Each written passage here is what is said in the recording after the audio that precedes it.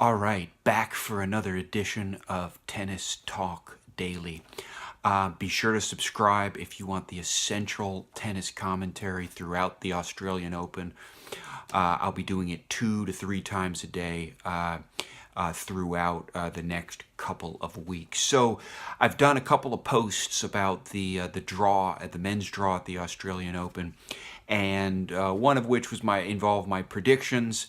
For the semifinals anyway. My prediction for the winner, I think, should be clear from some of my other posts.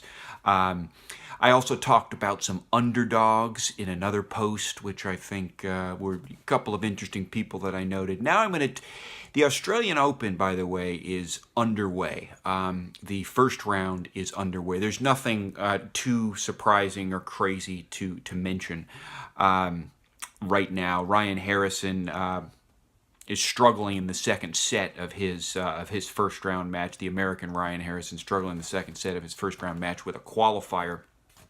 But other than that, you don't have anything too surprising going on. But that's going to be happening in the next couple of hours. This is in total real time. But I wanted to talk about another category of players that I will call the hopefuls.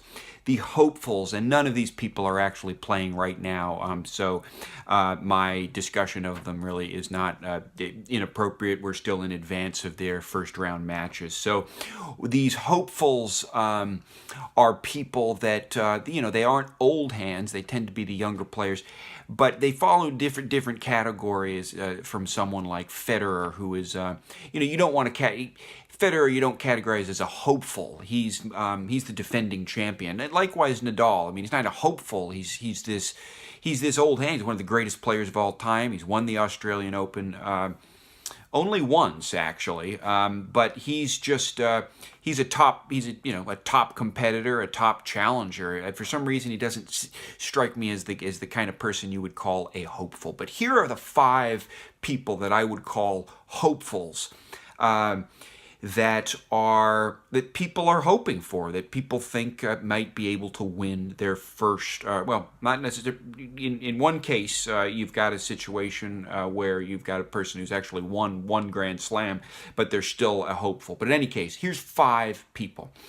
The first person, I'll just start with the person who has won a Grand Slam, and it's Juan Martín del Potro.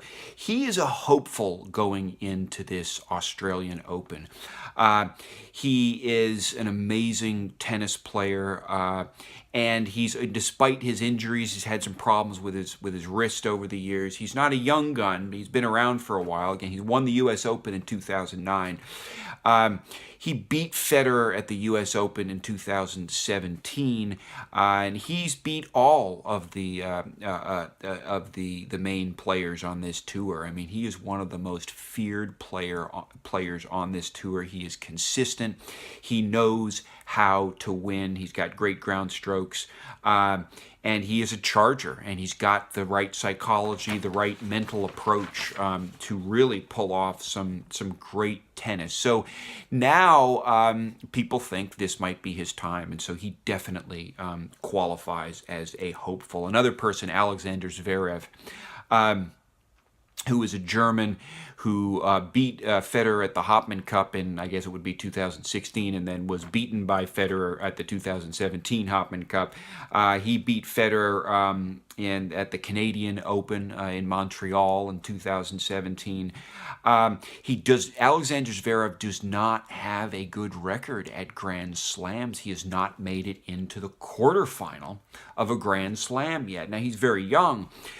He's got all the tools. He's a big guy, but he plays the net very efficiently and is capable of pulling off some amazing shots at the net.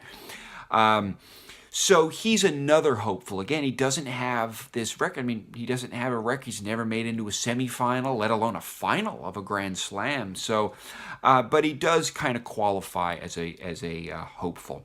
Another person, which should be fairly obvious because we're getting some talk. I mean, part of the definition of a hopeful in terms of how I'm talking about it is that there's a buzz surrounding these players. They're not kind of the mainstays. They're not the defending champions. They're not the top seeds, but there's kind of a buzz surrounding them. So Nick Kyrios is another one who just prevailed in Brisbane. On the way to take the Brisbane title, he defeated Grigor Dimitrov. And Kyrios appears to have, what it takes to do this. Again, he has not had, he's not made it very far. I believe he's got a quarterfinal or two under his belt at the Grand Slams, but he is considered a player that is capable of potentially put you. I don't know if you'd call it an upset. I mean, now he's starting to have it's pretty accepted that he is quite a player, and he is coming into the Australian. He's got the home court advantage in Melbourne. I mean, he's an Australian guy. He's had issues with his personality. I've talked about this before, and I'm not like anti-Kyrios. I think I'm still open to him. I think he's a young guy. So he needs to figure out how he wants to approach the game. I mean, he's still sort of he's still kind of finding his bearings in a way psychologically. And in terms of just, the way he's dealing. I mean, John McEnroe has been critical of Kyrios, and you might think, oh, John McEnroe, that's kind of hypocritical. But you know what? John McEnroe, he used to be, he's kind of a brat, and he used to make a lot of hay and get in some fights in the match, but never with the players, right? McEnroe's dad was a lawyer, and McEnroe always took that approach of kind of challenging the rules, challenging the decision-making, appealing the decision-making, going right in for the game itself, challenging the way the game is structured or the people that are calling the shots and whatnot. Kyrios tends to get into personal disputes with the players often, and that's the difference. McEnroe never did that. So it's an issue. It's going to hold him back, but he's still considered a hopeful. The person that Kyrios defeated at Brisbane, Grigor Dimitrov, is also considered a hopeful. He is, after all, the ATP champion. He won the ATP finals in 2017, and on the way to that final, he did he just crushed David Goffin. I think it was in a qualifying match or something, or maybe it was a semifinal. But and then he played Goffin again in the final and defeated him again. But on the way there was a previous match where he bageled David Goffin. And when Dimitrov's on, he is a very, very hard player to get the better of. And he definitely qualifies as a hopeful for this Australian Open. He's coming off that defeat to Kyrios, and he was going to have to be seen what he can do, but it looks promising for Dimitrov. Whether it'll be this Australian Open or not, he's definitely a hopeful. The final one that I would mention would be David Goffin. David Goffin, who defeated Roger Federer in the ATP Finals tournament, who has something of a buzz around him, although he's just a little bit inconsistent, to be quite honest. He does not have a net game at all.